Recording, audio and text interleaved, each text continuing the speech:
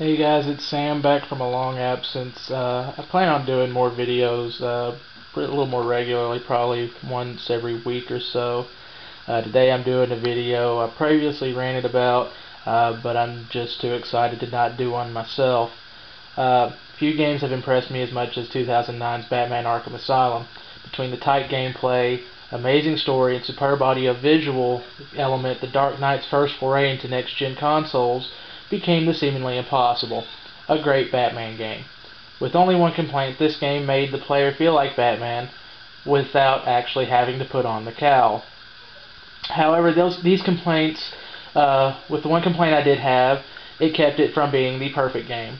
And this is probably going to be a spoiler to some people, but you never actually fight Joker proper.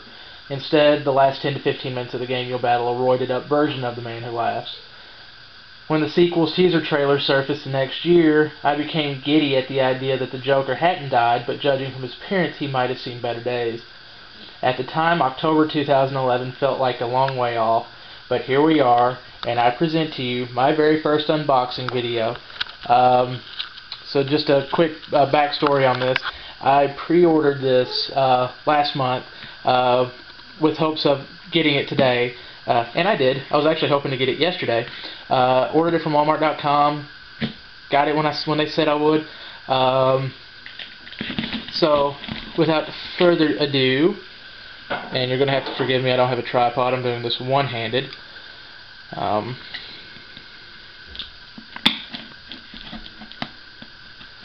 And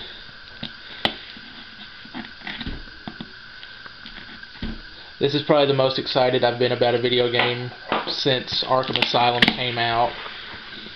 I did purchase the collector's edition, and get rid of that so nobody sees my shipping information. Arkham City collector's edition. What we'll do here is flip it over, get that crud off, and there we go. Beautiful packaging.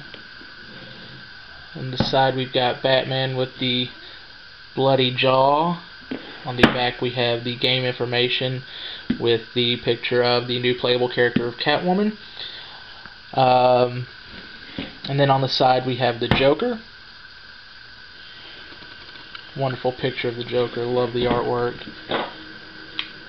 Now we'll just try to get this open without cutting the package. I've seen other unboxing videos of this in the last 4 or 5 days, and it's just made me super excited about getting my copy. Like I said, I haven't been this excited about a game in probably 2 or 3 years, and I doubt I'll be as excited about a game ever again. Get the plastic wrap off. Again, with that wonderful artwork,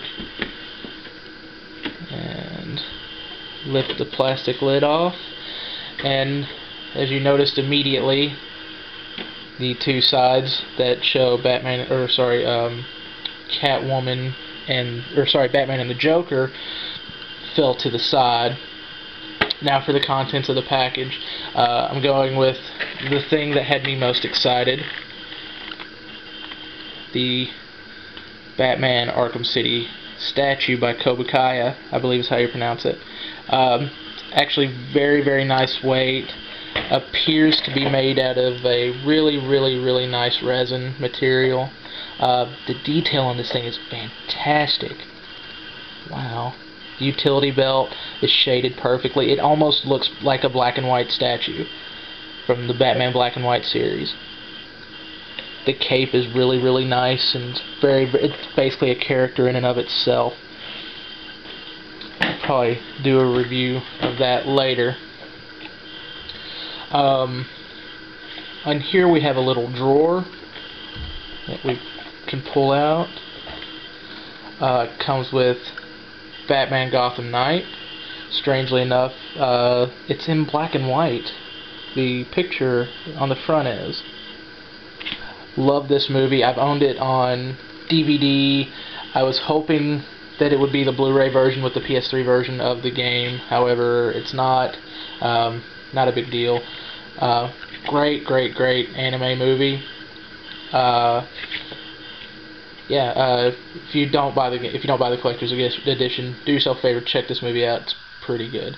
The next item is the early access code for the Dark Knight Returns skin.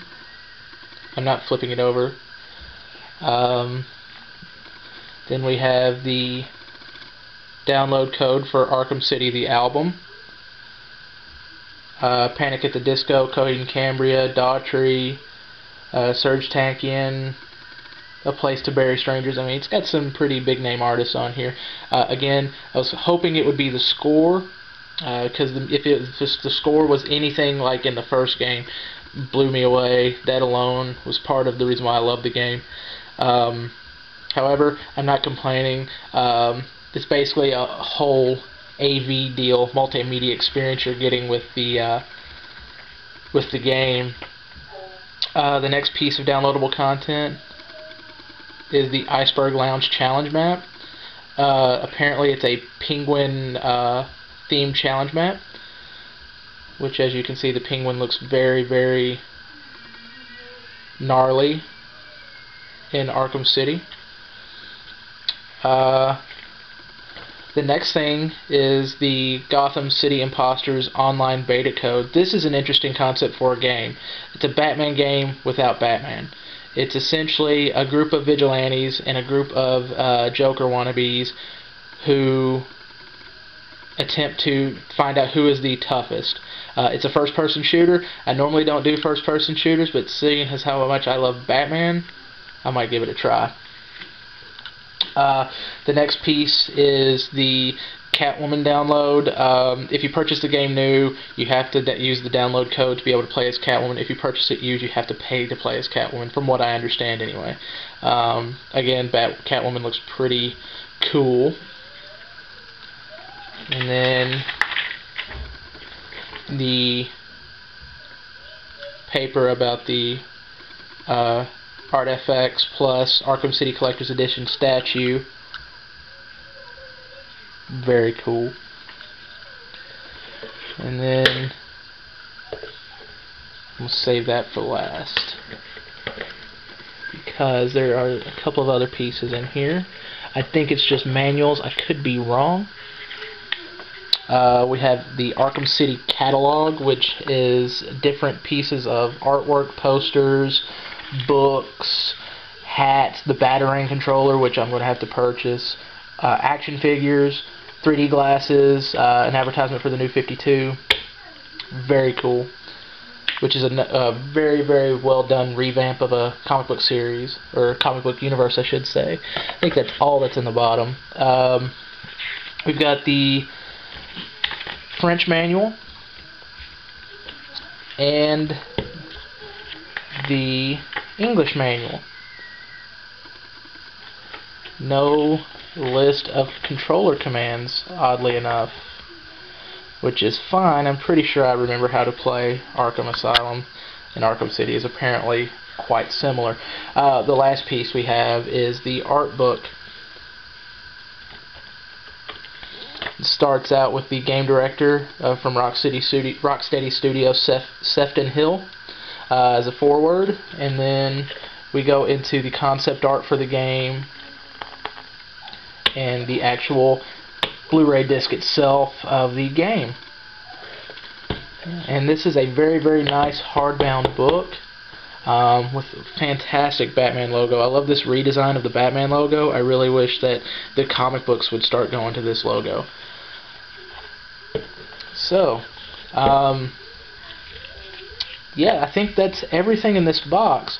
Also, if you purchase Green Lantern on Blu-ray, which, I know a lot of people are really excited about that one, you can actually get the Sinestro Corps Batman costume as a download code, which is the whole reason why I purchased the movie.